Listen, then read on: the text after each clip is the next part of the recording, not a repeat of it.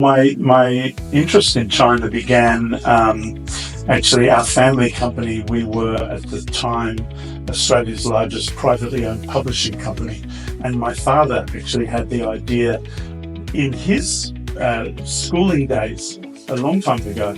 He always learnt about Edgar Snow, Red Star over China. As it happened, I also learned about the Long March through that way. And so he was inspired by the Long March, and we were book publishers wanting to tell untold stories of China, showing an unknown China to the world. So the idea was to use the Long March story to tell the history of the Long March. One section would be history, and the rest of the book we would get photographers from all around the world, and we would place them along sections of the Long March.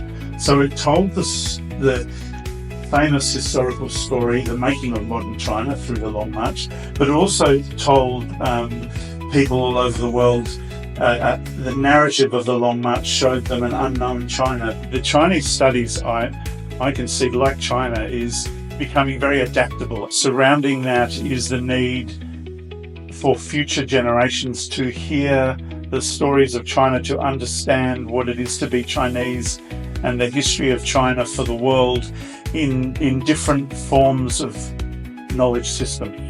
So I think just like China is changing and adapting in the whole world, our way of studying China must also adapt.